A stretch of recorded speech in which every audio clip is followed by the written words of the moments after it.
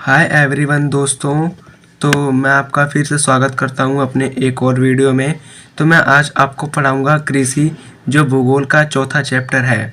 ये second term का chapter है। तो ये एक पेपर के संदर्भ में बहुत महत्वपूर्ण चैप्टर है और ये कृषि विज्ञान के लिए भी बहुत महत्वपूर्ण चैप्टर है। तो आप इसको बिना स्किप किए हुए वीडियो को पूरा लास्ट तक देखिएगा। अगर वीडियो आपको अच्छी लगेगी तो वीडियो को लाइक करिएगा और चैनल को सब्सक्राइब करिएगा और दोस्तों में ज़्यादा से ज़्यादा शेयर करिएगा। तो आइए हम इसे अपने अपने भाषा में पढ़ते हैं। पार्ट 1, ये हमारा पार्ट 1 है। तो इसका पहला पॉइंट है एग्री का मतलब भूमि, कल्चर का मतलब खेती। हम खेती को इंग्लिश में, कृषि को इंग्लिश में क्या कहते हैं? एग्रीकल्चर। तो एग्री यानी उसे आपने संधि विच्छेद पढ़ा होगा हिंदी में, तो उसे ही हमने एग्रीकल्चर का संधि विच्छेद कर दिया। तो एग्री का मतलब भूमि और कल्चर का मतलब खेती, यानी भूमि के टुकड़े पर खेती, उसे हम कृषि कहते हैं। तो ऐसी क्रिया जिसमें किसान जमीन पर किसी अनाज का उत्पादन करता है, इस प्रक्रिया को कृषि कहते हैं। यानी जो किसान होता है वो एक भूमि का टुकड़ा होता है, उस पे मतलब फसल उगाता है, तो उसमें अनाज वगैरह उत्पन्न होते हैं, तो उसे हम कृषि कहते हैं।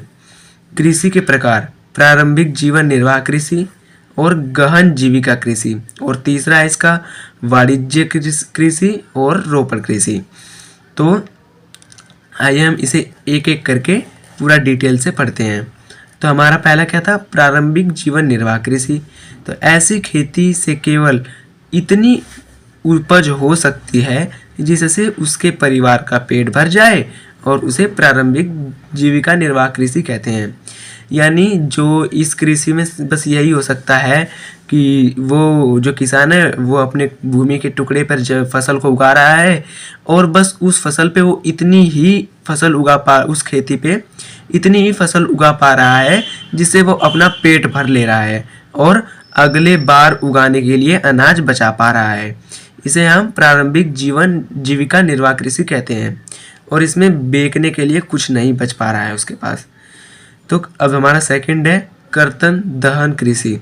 ऐसी कृषि जिसमें भूमि के किसी एक टुकड़े की वनस्पति को काटकर तथा आग लगा देते हैं और उसकी राख को मिट्टी में मिला देते हैं, फिर अनाज का उत्पादन करते हैं, उसे कर्तन दहन कृषि कहते हैं। तो देखो, मैं आपको इसे अपने भाषा में समझाता हूँ तो आपको अच्छे से समझ में आएगा। तो इसमें जो किसान होते हैं तो वो इस मतलब कहीं पर जाते हैं, जैसे आपने झूम कृषि का नाम जरूर सुना होगा। उसमें जो लोग रहते थे वो कहीं पर कृषि करते थे, फिर उस जमीन के टुकड़े के छोड़कर फिर कहीं और चले जाते थे कृषि करने के लिए।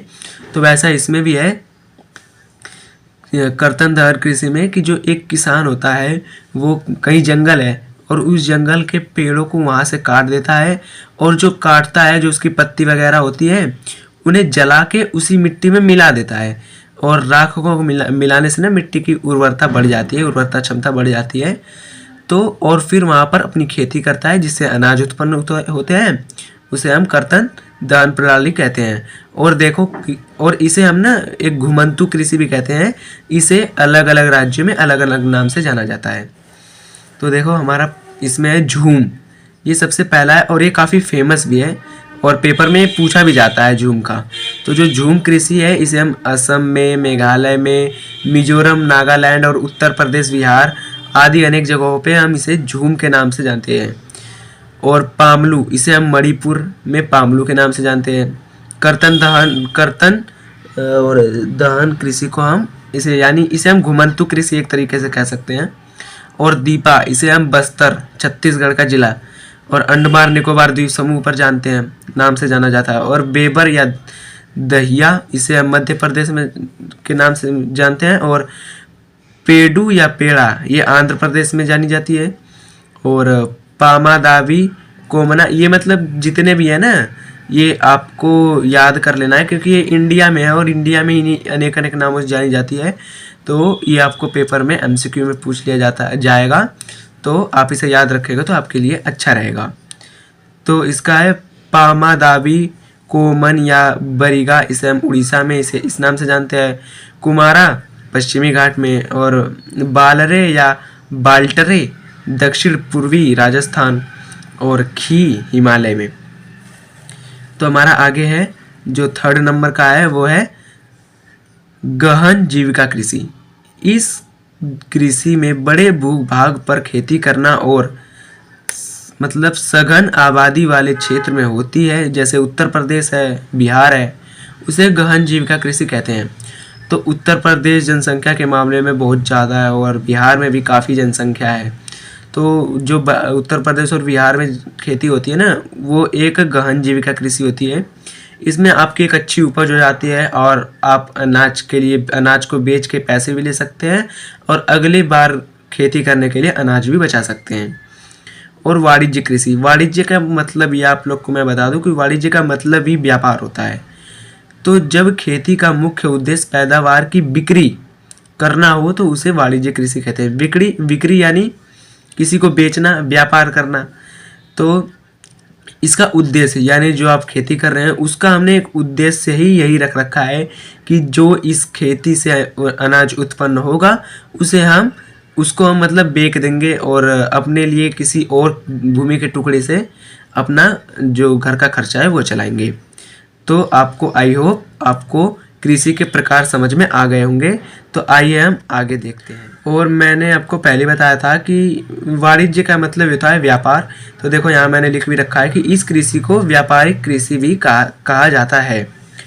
तो यह देखो, जब यह पंजाब, हरियाणा, पश्चिम उत्तर प्रदेश और महाराष्ट्र में बड़े पैमाने पर होती है, बिहार, पश्चिम बंगाल, तमिलनाडु में भी होती है। तो जो ये वाणिज्य कृषि होती है, मैंने आपको पहले बताया कि जो सघन एरिया होता है यानी जिसमें ज़्यादा जनसंख्या होती है वहाँ पर पैदावार अच्छी होती है। और एक तो हरित क्रांति भी आ गई जिसके कारण पैदावार और अच्छी से और उनमें मतलब बदलाव आए, तो जिसके कारण पैदावार अच्छी हुई और लोगों का जीवन बेहतर हुआ।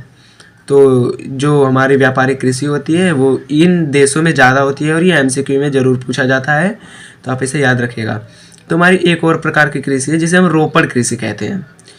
बीज के विपरीत पौधों से कृषि करते हैं। जब किसी एक फसल को एक बड़े क्षेत्र में उगाया जाता है उसे रोपण कृषि कहते हैं। अब मैं आपको रोपण कृषि, आप अगर गांव से बिलोंग करते होंगे तो आपने गांव में धान यानी चावल, वो भी एक रोपण कृषि है। उसे हम एक मतलब खेती में रोपते हैं उसे। और एक चाय, कॉफ़ी, रबर, गन्ना, केला, ये आदि सब रोपण कृषि कहलाती हैं। तो चाय असम और उत्तरी बंगाल में उत्पादित होती है। असम में ये ज़्यादातर उत्पादित होती है। और जो हमारी इंडिया की चाय है ना, वो अलग अलग देशों में काफ़ी फेमस भी है। तो काफ़ी तमिलनाडु और कर्नाटक में उत्पादित होती है। और भारत में लगभग 70% आबादी कृषि पर आधारित है। तो आपने बहुत जगह सुना होगा या पढ़ा होगा कि हम अपने देश को एक कृषि प्रधान देश कहते हैं। पता है क्यों? क्योंकि जो हमारे देश में कृषि होती है ना, वो बहुत ज़्यादा होती है, बहुत ज़्यादा बढ़ चढ़ के होती है, इसीलिए हम इसे कृषि प्रधान देश कहते हैं। तो अब आइए हम थोड़ा फसल के बारे में बात कर लेते हैं। तो हमारी पहली फसल आती है रबी की फसल। रबी की फसल को शीत ऋतु में उगाया जाता है। इन फसल की बुआई अक्टूबर से दिसंबर एवं कटाई अप्रैल से जून के बीच में होती है। तो मैं आपको रबी फसल बता दूं तो रबी फसल जो होती है ना, वो हम सर्दियों में उगाते हैं। और रबी फसलें जो होती हैं इनमें पानी की आवश्यकता बहुत कम होती है, इसलिए हम इन्हें सर्दियों में उगाते हैं। और जो सर्दियों में कोहरे पड़ते हैं इससे फसल की पैदावार अच्छी होती है। तो रबी की मुख्य फसलें हैं गेहूँ, मटर, चना एवं सरसों। ये सब जो फसलें ये सब ठंड में उगाई जाती हैं। और जो गेहूं का सबसे अच्छा उत्पादक है पंजाब, और जो चावल का उत्पादक है वो बिहार और उत्तर प्रदेश है। और गेहूं का सबसे अच्छा उत्पादक देश अमेरिका है, आप ये याद रखिएगा। तो पंजाब, हरियाणा, जम्मू कश्मीर, उत्तराखंड और उत्तर प्रदेश आदि में उगाई जाती है यानी रबी फसल। तो देखो, जो हमारा उत्तर भारत है वहाँ पर रबी की फसल उगाई जाती है, आप ऐसे भी याद रख सकते हैं। तो मौसम के आधार पर खेती को ही शस्य प्रारूप कहते हैं। जैसे रबी, खरीफ, जायद, ये सब फसलें हैं। तो हमने रबी के बारे में पढ़ लिया है और आइए हम आपको खरीफ के बारे में बताते हैं। तो देखो, खरीफ यह ग्रीष्म ऋतु में उगाई जाती है। तो ये जो खरीफ की फसल होती है ना, इनमें पानी की बहुत ज़्यादा आवश्यकता होती है, तो इसीलिए हम इसे गर्मी में उगाते हैं। और इसकी बुआई जुलाई एवं कटाई अक्टूबर में होती है। और इसके बीच में बरसात का भी मौसम आता है ना, तो पानी ऐसी फसलों में ज़्यादा चाहिए होता है, तो बारिश की वजह से हम ऐसी फसलों को मतलब इधर ही उगाते हैं, यानी खरीफ की फसल में गर्मी में ही उगाते हैं। तो इसकी मुख्य फसलें हैं मक्का, धान, ज्वार, बाजरा, तुअर, मूंग, उड़द, मूंगफली और सोयाबीन। आप इसे याद रखिएगा, ये इसकी मुख्य फसलें हैं और ये पेपर में 100% पूछा जाता है। या रबी की फसल को पूछा जाएगा या खरीफ की फसल को पूछा जाएगा। तो आप इसे ऐसे भी याद रख सकते हैं कि खरीफ की फसल को हम गर्मी में उगाते हैं और रबी की फसल को हम सर्दी में उगाते हैं।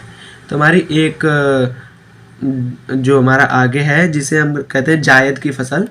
तो जायद की फसल मैं आपको समझा देता हूँ। तो जायद की फसल वो होती है जैसे आलू हो गया, यानी 4-4 महीने की फसल होती है ना, 4 महीने की गर्मी की फसल, फिर 4 महीने की ठंडी की फसल, फिर 4 महीने की बरसात की फसल।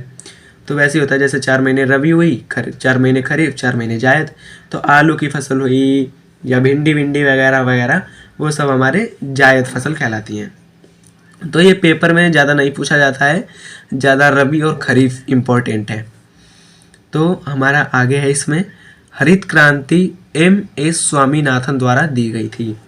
तो आप इसे याद रखिएगा। तो मैं एक पॉइंट भूल गया। असम, पश्चिम बंगाल, उड़ीसा के तटवर्ती इलाके में होती है। ये भी आप याद रखिएगा, खरीफ की फसल वहाँ पर भी उगाई जाती है। तो हरित क्रांति कौन लाया था? तो M.S. स्वामीनाथन द्वारा ये लाई गई थी। इन्होंने सब कुछ बताया था और जो हमारा अनाज कैसे मतलब अनाज में कैसे बढ़ोतरी करें वो सब इन्होंने ही बताया था। तो चावल, चीन के बाद भारत दुनिया में चावल का दूसरा सबसे बड़ा उत्पादक है। तो आप इसे याद रखिएगा, ये इम्पोर्टेंट है कि पेपर में पूछ लिया जाएगा कि चावल का सबसे बड़ा उत्पादक देश कौन सा है और इंडिया किस नंबर पे आता है। तो आपको ये पेपर में बताना होगा कि चीन पहला सबसे बड़ा उत्पादक है और भारत हमारा दूसरा सबसे बड़ा उत्पादक है। सबसे बड़ा उत्पादक का मतलब समझ रहे हो ना, कि जिसमें चावल बहुत ज़्यादा अधिक मात्रा में उगते होंगे। मोटे अनाज के प्रकार ज्वार, बाजरा और रागी आदि होते हैं, लेकिन ये मुख्य हैं। तो आइए मैं इनके बारे में भी आपको डिटेल से बताता हूँ। तो पहला है ज्वार। ज्वार का उत्पादन महाराष्ट्र में ज़्यादा होता है।